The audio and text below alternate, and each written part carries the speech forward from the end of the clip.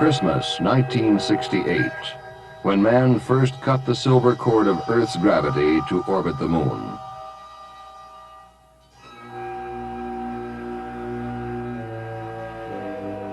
Saturn V had provided the power to take him there. The command and service modules had sustained him. But man cannot begin his mastery of the moon until he can land on its inhospitable surface and take off again. To do this, he needs the third basic piece of hardware, the lunar module. The lunar module is a new concept designed exclusively for use in the vacuum of space. A two-man taxi used as a shuttle between the lunar surface and the orbiting command module. But before men can use the lunar module as an operational lunar spacecraft, it must be tested in space, first in Earth orbit. This was the primary purpose of Apollo 9, the third manned Apollo mission. Jim McDivitt, Dave Scott, Rusty Schweikert, three men to qualify this new machine, to make ready for the moon.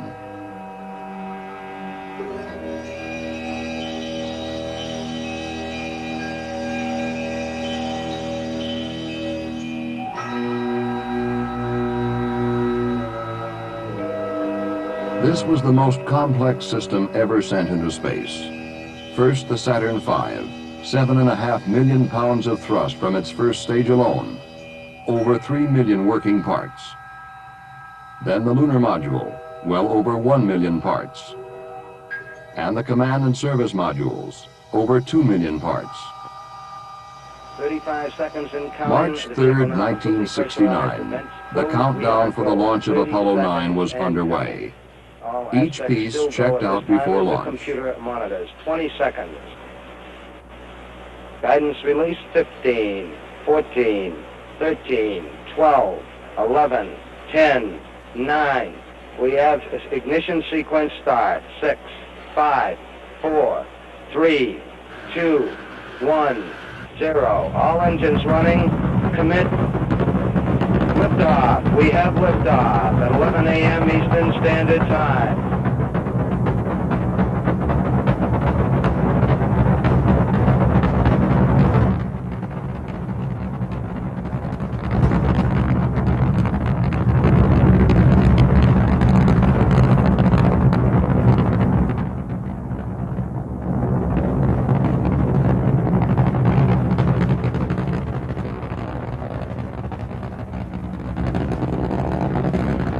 Apollo 9, you're go all the way. Everything looks good.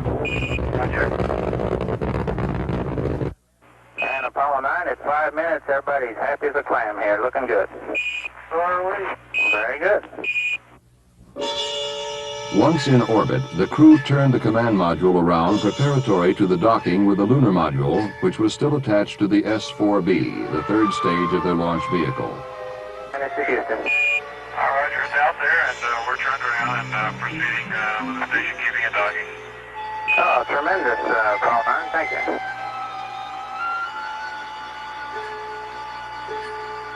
Go, Apollo 9. We're about 25 feet now on the closing floor. Copy.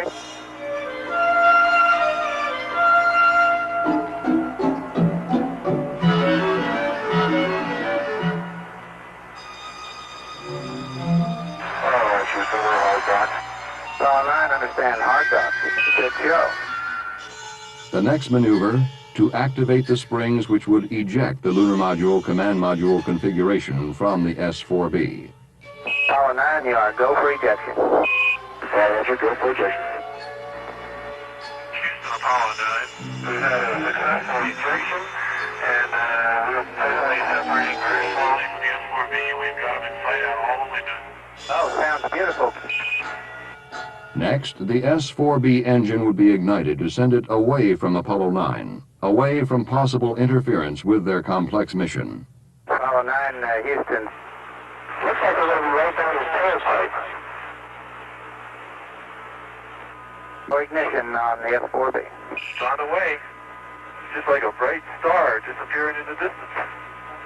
For the rest of the first and second days, Apollo 9 would fly in this configuration.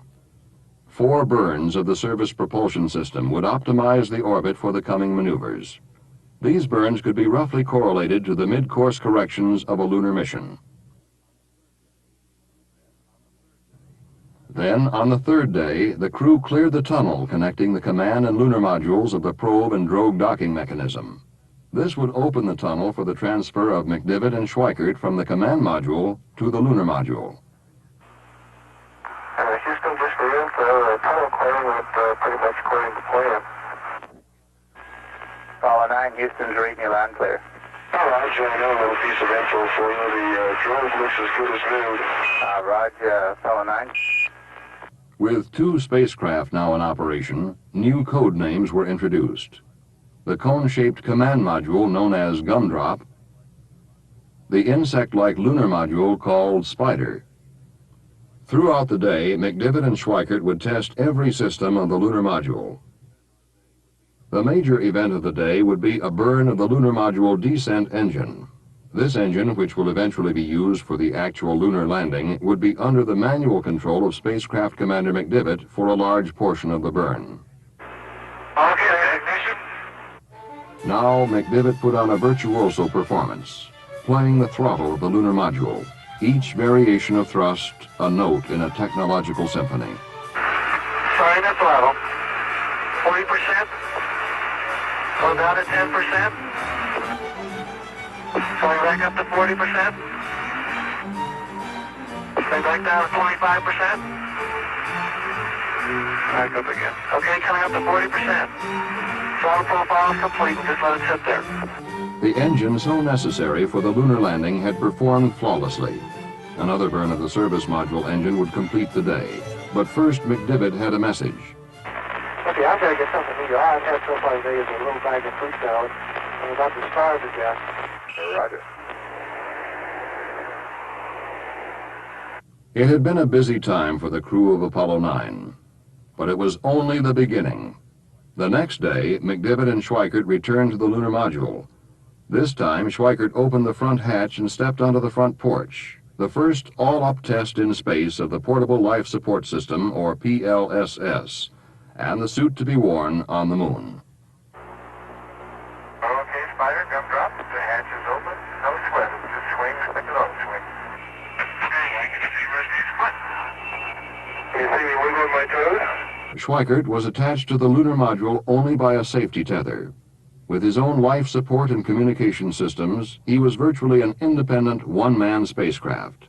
His call sign as the third link in communications, Red Rover. Oh boy, what a view. It really is. Alone in the command module, hatch opened, Dave Scott also had work to do. Okay, Dave, come on up. Okay. I'm gonna let the camera run here. Taking pictures of everybody taking pictures. Yeah, you want to retrieve the sample? Right, that's a good idea. Now, both Scott and Schweikert were retrieving experimental thermal samples attached to the exteriors of the lunar and command modules. Because of Schweikert's upset stomach the previous day, his extravehicular transfer from the lunar module to the command module, to be used if the transfer tunnel were blocked, was curtailed. But the remaining EVA, which lasted for 37 minutes, demonstrated not only that an extravehicular transfer was possible, but gave a good workout to the spacesuit and life support system that will later be worn when exploring the surface of the moon. It had been another long, hard day, the first and only EVA scheduled for Apollo until the exploration of the lunar surface. But the next day was the biggest test of them all. With McDivitt and Schweikert in the lunar module, Scott alone in the command module, the 2 vehicles undocked.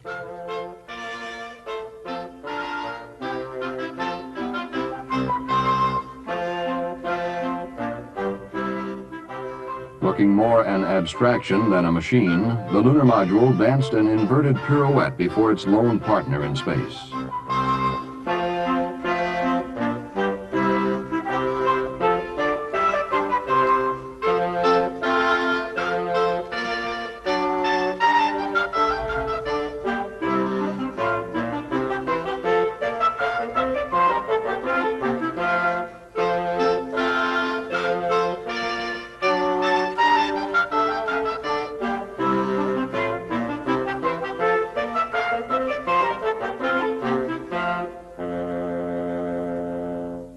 Firing its descent engine, the lunar module would pull away from the command module to a distance of about 100 miles.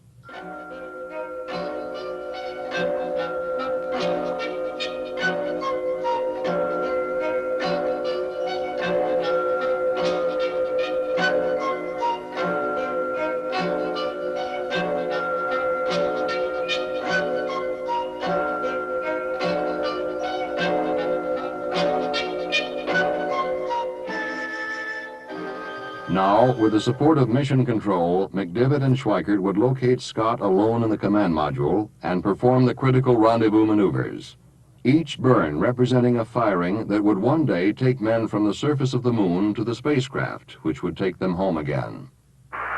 20 seconds. We have ignition. Burn looks good. It's a good burn, Dave. Oh, very good. Thank you. The lunar module had left its bulky four-legged descent stage in orbit. Now only the ascent stage and crew would return, each burn a step in a computerized choreography which would lead to the rendezvous.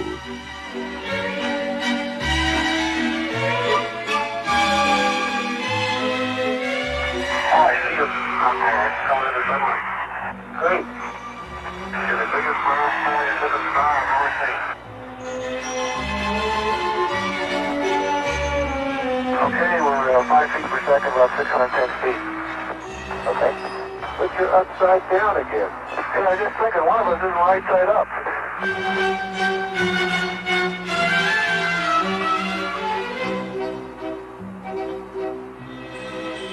Okay, I have us about 370 feet.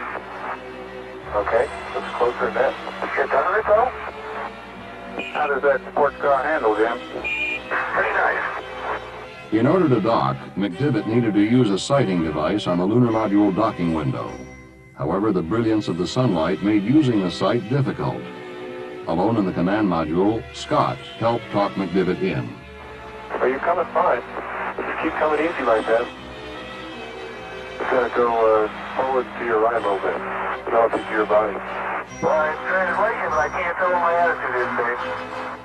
If I don't see it, so there it is, there. Now you're coming in. Keep it coming. You're almost there. You're about there. I have captured. Good, good. Okay, why don't you take a break for a while? Man, when I take a break, I'm going to bed for 3 days. It had been a full 5 days, but the lunar module had checked out beyond expectations. In all aspects, it seemed ready for the moon. Now it was time to jettison the ascent stage of the lunar module to free the command module for the remainder of the mission. When a safe clearance had been established, the final test, the ascent engine of the lunar module was ignited to burn until its propellant ran out. The crew of Apollo 9 watched as their lunar module, now crewless, arced away from them. Hey, that's really moving out. I hope I didn't forget anything on board it. He's sure a long ways away. For the last 5 days, the flight of Apollo 9 settled into a routine of picture-taking and observations, with an occasional burn to refine the orbit. But this routine was a look into the future, a future when manned orbiting space stations, operating in concert with unmanned scientific satellites, could examine the Earth from this vantage point. When cameras such as those on Apollo 9 will take multiple spectrum photographs from visible light through the infrared, locating hitherto untapped geological and biological resources.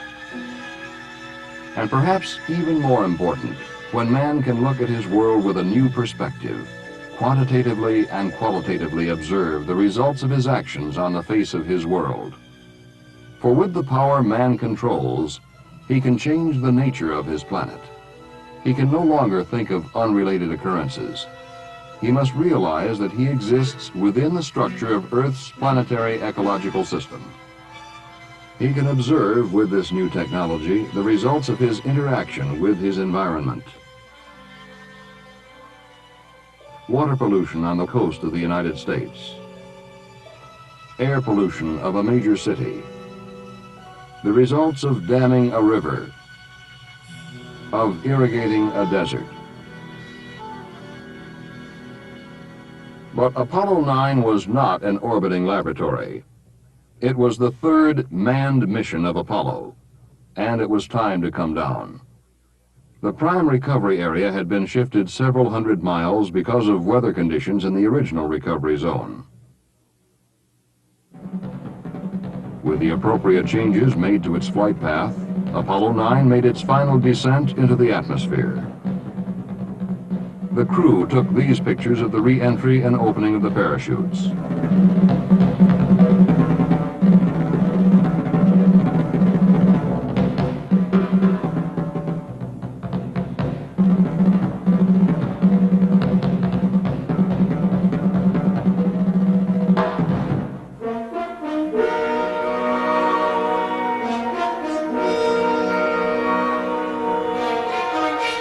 The 10-day mission of Apollo 9 had met all its major goals.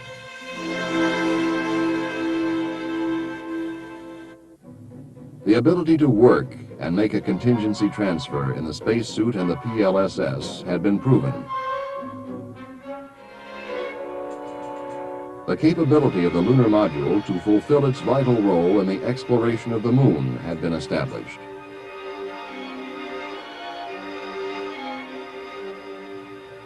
The flight of Apollo 9 showed that we are indeed ready for the next step in meeting what may be the most significant challenge of our time, the conquest of the moon.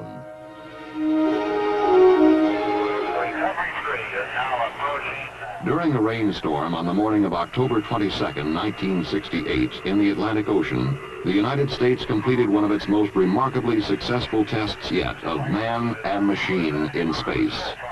But this was only the ending.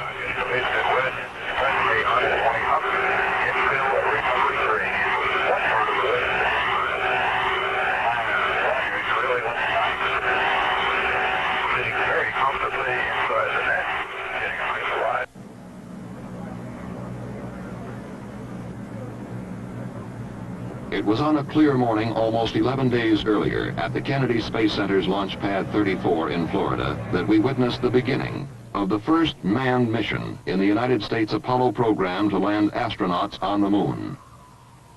The purpose of the flight of Apollo 7 could be stated very simply: prove that the spacecraft command and service modules would function properly in space, long enough to carry men to the moon and back.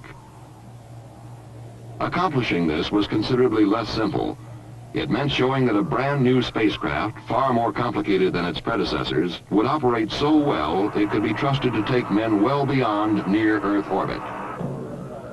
The astronauts were spacecraft commander Walter Schirra and pilots Don Isley and Walter Cunningham. The Kennedy Space Center had spent long days in preparation and checkout, working toward a launch time which had been set for months. It was not by chance that Apollo 7 lifted off only 2 3/4 minutes after the appointed moment. 5, 4, ignition, GR.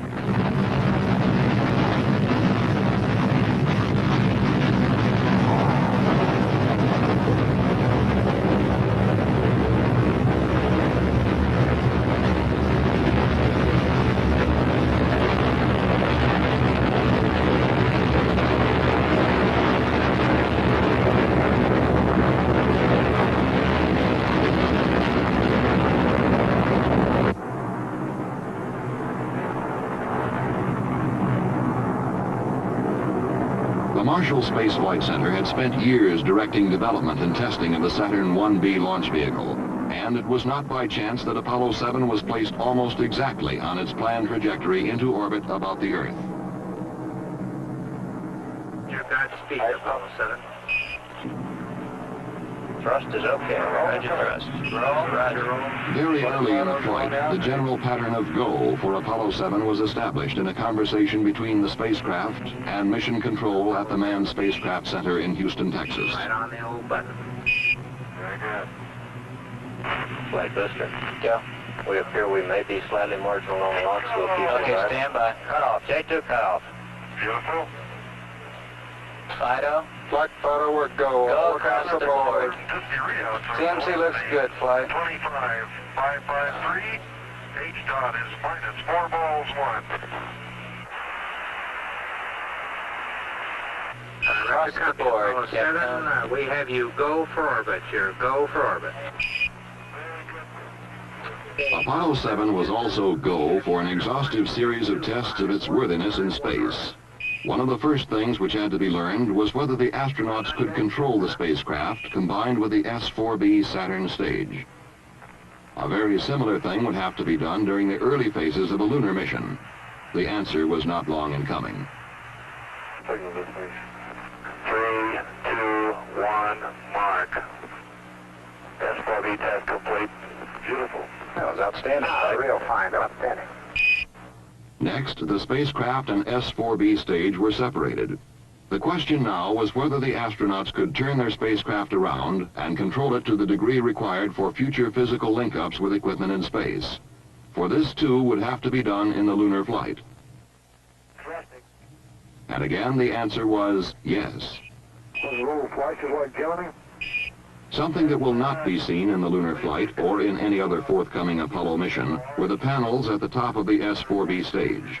They will simply be jettisoned in the future, but they drew comment in Apollo 7. And the slot panel at the top, left, and bottom are opened, and I would just give about a 45-degree angle, and the slot panel on the right is just opened maybe 30 degrees at the very best. Roger. Looks like you're looking at a four-jawed angry alligator. Apollo 7 escorted its spent S-4B stage through space for perhaps 30 minutes, then departed. That's a bigger one, Tom. Rated now? Yes. It's absolutely beautiful. The following day, Apollo 7 burned its spacecraft propulsion system for the first 2 times in the mission and returned to its four-jawed alligator, which was now angrier than ever. Apollo 7, Houston, how close are you now? Pretty close to about 70 feet. It's tumbling rather wildly, so we're trying to stay away from it. Roger, understand. We can copy that, though.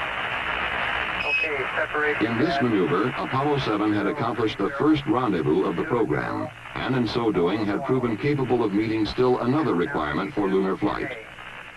1618 plus 1221. Then, as we were to see in some of the most dramatic film ever returned from space, the crew would settle down to a weightless life in a spacecraft with 4 times more room than Gemini.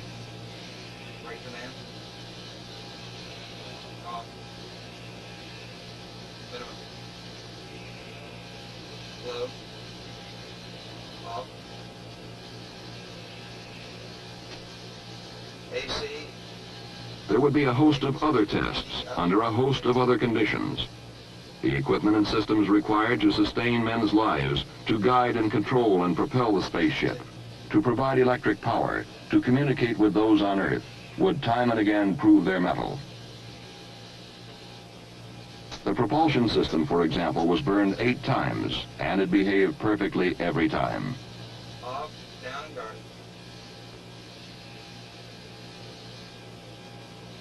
Auto.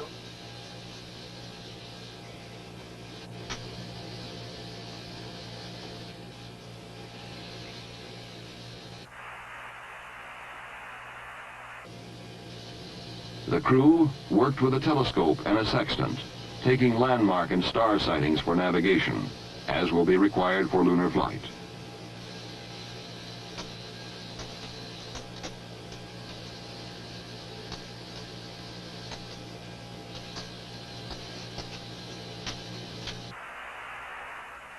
And they discovered on occasion that water particles which had been dumped overboard could be confused with stars. Care will have to be taken to avoid this confusion on future flights.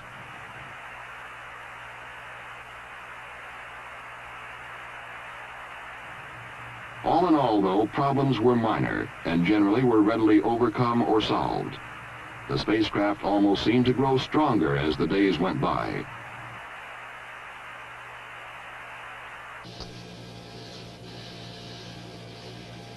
But Apollo 7 was as much a test of man as of machine, and human errors were not taken lightly. Apollo 7, Houston, we acknowledge the error on the ground here. Okay, I think the ground gets to work. I think it'd be a sleep this The error had led to an interruption of a sleep period for the astronauts, who were understandably irritated after days of hard work. It was imperative that this situation be remedied. I want the rest of these work periods worked out there. Maybe we could bring up bird 3. How about giving us a chance to get some sleep? Apollo 7, Houston, understand. There were also those problems to which man is susceptible but cannot control, like the common cold. Very good. I got a couple of small items for you. Wally took a couple off of an active thread. Walt took one active thread only. He feels fine. He just got a little stuffy headphones. And I put some nose grease in mine because my nostrils are a little dry. It just smells good.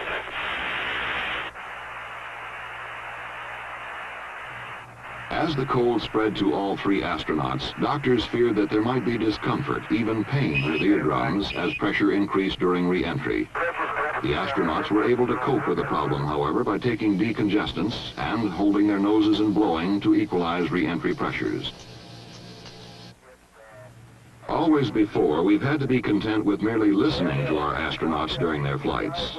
In Apollo 7, through the medium of television, we could actually see them in space for the first time and become better acquainted with weightless life aboard a spacecraft. You're picking up, I can read it now, just a minute. It says from that lovely Apollo something. You guys should write. Apollo room. High atop everything. High atop everything. Looks good. I can see Wally handling it now, and Don has a smile on his face, and there's Walt.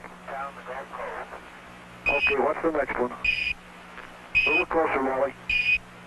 Says keep those cards coming. Cards and letters coming in. Coming in, folks. It's loud and clear. Roger. Good morning to everyone in television land. You're looking at the right-hand portion of the main display console. In the upper left-hand portion of your view, you would see the instrument that has to do with the cryogenics that are used to power the fuel cells and provide breathing oxygen to the spacecraft. As the flight of Apollo 7 proceeded day by day, confidence in men and equipment grew. The astronauts became accustomed to their home high atop everything. They had a chance to evaluate it as a place to live and work in space. Set. Set.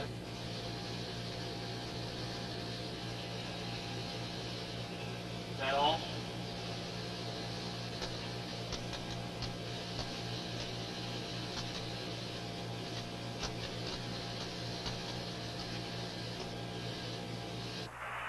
There was a chance to photograph Hurricane Gladys, which raked across Florida and headed out into the Atlantic. There was a chance to photograph areas of the Earth not previously pictured from space. For example, the coast of Chile and the Andes mountain range.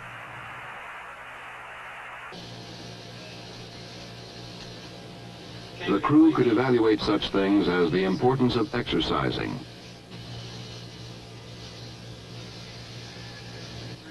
the quality of sleeping arrangements, the palatability of food, seemingly small items, but things of essential importance in a lunar mission.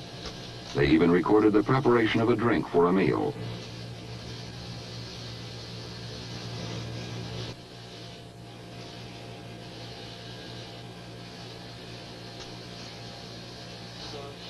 We have Comet, Australia.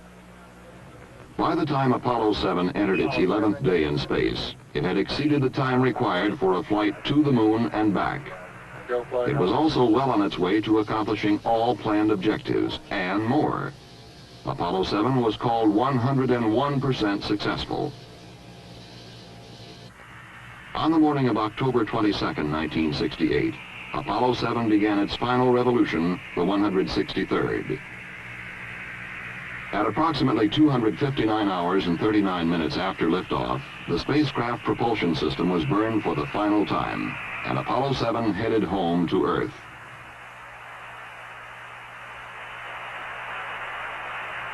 From motion picture film recorded during an earlier unmanned Apollo mission, we get some idea of what the trip back through the atmosphere was like.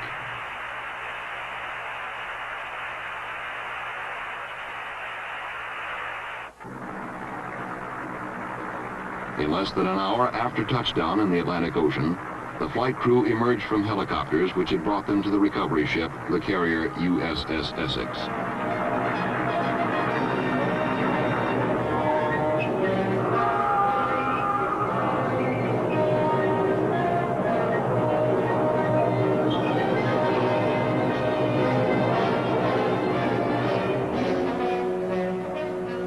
And the next manned Apollo flight can be undertaken with confidence that our brand new spacecraft is, as Commander Walter Schirra reported, a magnificent flying machine.